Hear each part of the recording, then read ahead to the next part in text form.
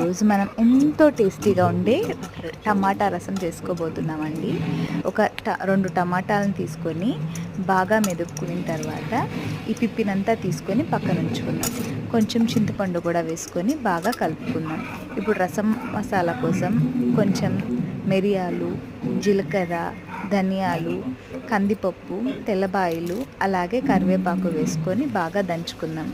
ఇలా దంచుకొని పక్కన ఉంచుకున్న తర్వాత తిరగమాత కోసం కొంచెం ఆయిల్ పోసుకొని ఆవాలు, జీలకర్ర, ఇంగువ, ఎండుమిర్చి, ఇందాక దంచుకున్న రసం మసాలా, అలాగే కొంచెం పసుపు వేసుకొని కరివేపాకు వేసుకొని ఫ్రై చేసుకుందాం.